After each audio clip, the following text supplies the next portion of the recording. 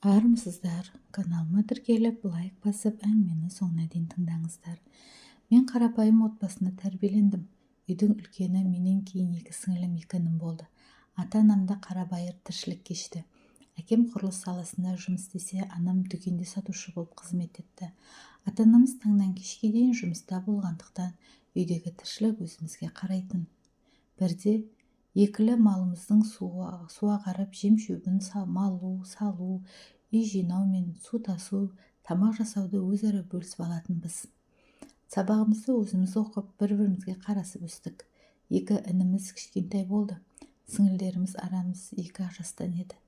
Сабақта екпінді болдым. Сыныптың активистер қатарында болдым. Түрлі іс-шаралардан қалмауға тырысатынмын. 8-ші сыныпқа келгенде алғаш рет жігітпен хат алдым.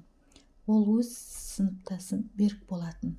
Сыныптың атаманы, өзі әдеміше келген бойшаң жігіт, қыздардың бәріне ұнайтын.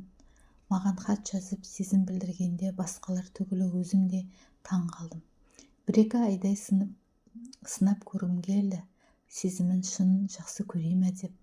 Шынымен ізімнен қалмай жақсы көрді. Бірақ 9-шы сыныпқа барғанда шынайы қыз мен жігіт болайық, оған дейін достасып жүреміз деп айттым. Ол да келісті. Жақсы дос болдық. Үнемі дискотека вечерлерден сық шығарып салатын. Сөйтіп жүргенде 9-шы сыныпқа аяқ бастық. Біз дос болып жүріп, бір-бірімізге бауыр басып, достығымыз шынайы махаббатқа айналды. Құшақтап тек иіскегеннен әрі аспайтын. Бір күні дискотекадан қайтып келе жатып, бір пана жерге тоқтадық. Әңгіме айтып тұрған маған жақындап келді де ерніме жабысып сүйе бастады. Осы ерніңнен сүю көп күттім ғой, жаным, деді. Алғаш рет сүйіскен екеумізге әрі қызық, әрі тәнті нәрсе болды. Екеуміздің деміміз жиіліп, бір құшаққа айнала бастадық. Ол жаймен мойнымнан сүйе берді. Үстімнен мың құмырсқа жыбырлап өткенде болды.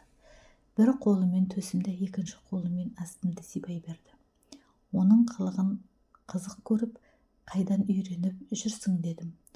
Ол ағамның телефонында жаман видеолар көп, содан көрдім деп айтты. Емшегіңді сүйінші деді. Қойшы, ұяламын.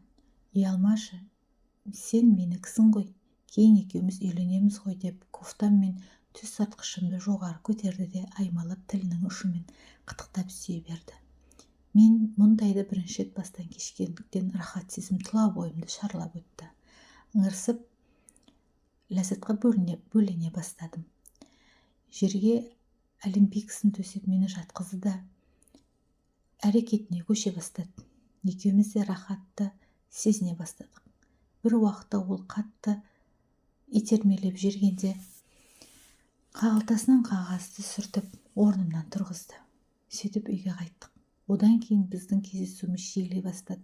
Анам түнгі смендерге кеткенде әкемде жиі болмайтын. Бауырларымның тамағын беріп, төсектеріне жатқызып, Берікпен кездесуге шығып кететінмін. Бірде сарайдың, бірде моншаның ішіне барып, өз кайфтарымызды сезініп жүрдік. Ол сыртынан қалың киім келіп, күннің салқында далада кездесіп жүрдік. Маған да онымен болған ұнайды. Екеуміз бір жылдай сыртынан кездесіп жүрдік. 10-шы сыныпқа аяқ басқанда Берік мектеп бітіре сал үйленейік. Оқуға бірге кетеміз ғой, ақыры үйреністік қой енді. Мен кейінге ысырап оңаша үйде болармыз дедім.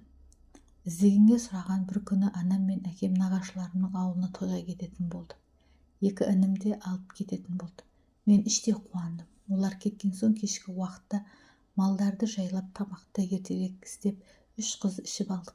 Сөйтіп сіңілдерім ерте ұйықтап қалып, алдында сарай ішінде кілем төсеп, көрпе жайып қойғанмын. Берікпен де сөйлесіп қойдым. Сіңілдерім ұйықтап қалған соң түнгі 12-де Берік келді. Үйдің сыртын құлыптап, сарай ішіне кіріп іліп алдық. Осылайша біздің махаббат майданымыз жалғаса берді. Тек көтеріп қалмауға тырыстым. Жасырынып талай кездесіп жүрдік. Сөйтіп жүріп мектепті де аяқтадық. Жоғары оқу орнына тапсырып, мен оқуға грантпен түстім. Жігітім түсе алмады. Сөйтіп ақыл оқуға түсем деп жүргенде оның әкесі қайтыс болды. Мектеп бітіріп үйленеміз деген ойымыз іске аспады. Мен Қарағандыға оқуға кеттім. Ол ауылда қалды. Әкесінің жылынан соң үйленбекші болдық. Бірақ тағдыр бізді бір болуға жазбады. Өзімді Беріктің әйеліндей сезінетінмін. Талай әдемі ыстық түндерді өткіздік. Бір жылдан соң заңды келіншегі болатынымды ойлап армандадым. Және үйленерімізге сенімді болдым. Тағдыр бірақ бізге басқа тосын сый ұсынды. Бір күні группалас қыздың ауылында туған күнге бардық.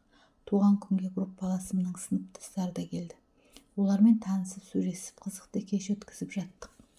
Туған күнді көлдің жағасына барып жалғастырайық деп біреу ұсыныс айтты. Содан бәріміз көлдің жағасына бардық. Ойнадық, биледік. Қайтар уақытта біреусі қыздар машинамен жеткізіп тастайын, келіңдер деді. Ойымызда ештеңке жоқ, улап-шулап 3 қыз міндік. Машинаның алдында бір жігіт отырды. Олар ауылға кірді де группаласымның үйіне емес, басқа көшеге түсті. Сөйтіп шарбағы ашық бір үйдің алдына тоқтады да күте тұрыңдар деді. Үйден жаулық алған 3-4 адам шықты да машинаның есігін ашып, қайсысы деді. Ештеңке түсінбей бір-бірімізге жалт-жақ қарадық. Жігіттер ортадағы деп мені көрсетті. Мен аузымды ашам дегенше орамалды басыма жауып жіберді де есіктен сүйрелей шығарып алды. Мен қарсыласып, айғайлап, жылап үйге кірер емеспін. Сөз байласқан жігітім бар, жіберіңдер дедім. Олар тыңдамай, бәріміз де осылай келгенбіз деп тыңдамай үйге сүйреп кіргізді. 2 сағат қарсыласқан менің күш-қуатым қалмады. Жылап әлсіреп қалдым. Қуғыншылар келсе солармен еріп кетемін. Егер Берік естісе мені ап кетер деп ойладым. Бірақ Берік келмеді. Маған бақыт тілеп хат жазыпты. Содан кейін өмірімде түк мағына қалмаған сезіндім. Тойдың қалай болып, қалай өткен есімде жоқ. Есі ауып қалған адамдай тұр десе тұрып, отыр десе отырып жүре беріппін. Күйеуімнің қандай екенін 2 түні болған кезде көрдім. Түрі қап-қара, бойы сәл менен кішілеу, жуас жігіт екен. Ауырып тұрмын деп теріс қарап жатып қалдым. Ол да үндемей жатып қалды. Күйеуім ақылы бар жігіт болып шықты. Қашан мен дайын болғанша күтті. Қасыма бір ай жолатпай жүрдім. Бір айдан соң түрін аяп, тағдырыма көніп, бірге болуға көндім. Қыздығымның жоқ екенін білдіртпеу үшін өтірік ауырсынып жылап, оған білдіртпей табанымды тіліп жібердім. Көрпедегі қанды көріп ол мәз. Бірақ онымен болған төсек қатынасы еш ұнамады. Мүшесі де өзі де сияқты кішкентай. Мені қанағаттандырмады. Әке-шешемді абыройсыздыққа ұшыратқым келмейді. Оқуымды сырттайға ауыстырып алдық. Күйеуімнің табысы бәріне жеткілікті. Үй, машинамыз бар, бірақ сәби жоқ. Үйленгенімізге 2 жыл болса да әлі көтермедім. Мүмкін қанағаттанбағандықтан шығар. Күйеуімнің мінезі жақсы, маған әрқашан қамқор. Қалағанымды әперіп отыр. Бірақ менде оған деген махаббат жоқ. Жақында ауылға барып қайттым. Берікті көрдім, бетпе-бет. Ол да үйленген, 2 баласы бар екен. Кейін естідім. Менімен жүргенде көрші ауылдың қызына барып, оны 2 қабат етіп қойыпты. Ол қыз алмасаң соттатамын деп қорқытқан екен. Сондықтан мені алып кетуге де келе алмапты. Оның жүзінен бақытты көре алмадым. Етегімді ең алғаш көтерген сол еді. Түрін көріп, қатты сағынғанымды түсіндім. Оның ыстық құшағын сағындым, аңсадым. Амал қанша ішімнен жылап тынып, ауылыма қайттым.